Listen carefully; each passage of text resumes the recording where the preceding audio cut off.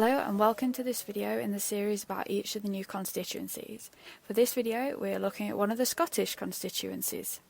In this short video we will look at the details on the new constituency, how this new one is formed, the previous results, the 2019 results, current candidates, and make predictions with different levels of how bad of a day it might be for the Conservatives. Please comment below for anything you'd like to see and subscribe to our channel to see new updates that we'll do and discussion videos as the election gets closer. There are lots of changes with boundaries in the next election, so we're going to give a quick overview of how the boundaries are changing and how it's going to affect each seat. Only 65 seats, or 10% of the seats, are staying the same, so here we're going to compare how the new seat compares to the main one that is replacing. There are some huge changes, such as the city of Chester, which now has 2 seats, but some seats are being completely dissolved, with populations moved to neighbouring seats. So why are the boundaries changing? Every so often there are boundary changes to represent the current population movements. Some of them are based on land, without any population, and some of them are just because of population, for example new housing estates. 2021 was the census year, which has helped inform these changes. The last major change in the boundaries was 2010. Now let's look at some of the details about the constituency. There are 8 regions in England, with Scotland, Wales and Northern Ireland on a country basis.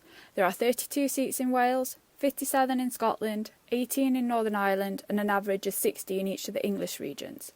The population can vary hugely. The highest is nearly 152,000, which is in Birmingham Ladywood, while the lowest is less than 27,000, which is in the Western Isles of Scotland, which also has the lowest electorate at 21,000.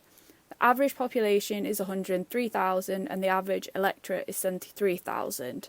The largest area is the most northerly mainland seat, which is Caithness, which is nearly 12,000 kilometres squared, or approximately 100 times the size of Manchester. The average is 380, while the smallest is only 6.8. The average percentage of the 16 to 49-year-olds is 41%, with the highest in Leeds Central and the lowest in North Norfolk, which also has the highest 65+. The average 65+ is 38%, with the minimum at 15%, which is in the area around Canary Wharf. Density averages nearly 1,400, with the highest in Bethnal Green and the lowest in Caithness. This constituency has a boundary change. This constituency is affected by a boundary change. Because of this, we now have populations from multiple old seats. These percentages are based on population, not land.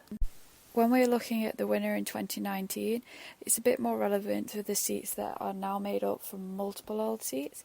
Nevertheless, this is the result from 2019, with the winner and whether the seat was held or it changed.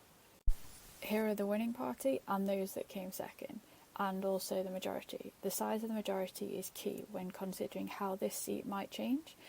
Maybe not so much when there's a big Labour majority or Lib Dems, but for pretty much any Conservative seat, it's possibly not considered safe, bar a very extreme few. The same for the SNP. Some of these are really up for grabs, particularly for Labour and the Lib Dems. The vote share for the SNP has been quite strong from 2015 onward, but given the problems that the SNP is facing in Scotland, it's expected that their vote share will decrease. This is a list of candidates that are on the ballot paper for this constituency. This is now a finalised list as the deadline to register as a candidate has passed. Given the forecast, this seat could go either way. Thank you for watching this video. We hope you learned a lot about the new constituencies. Please subscribe to our YouTube channel, follow us on Instagram and Twitter.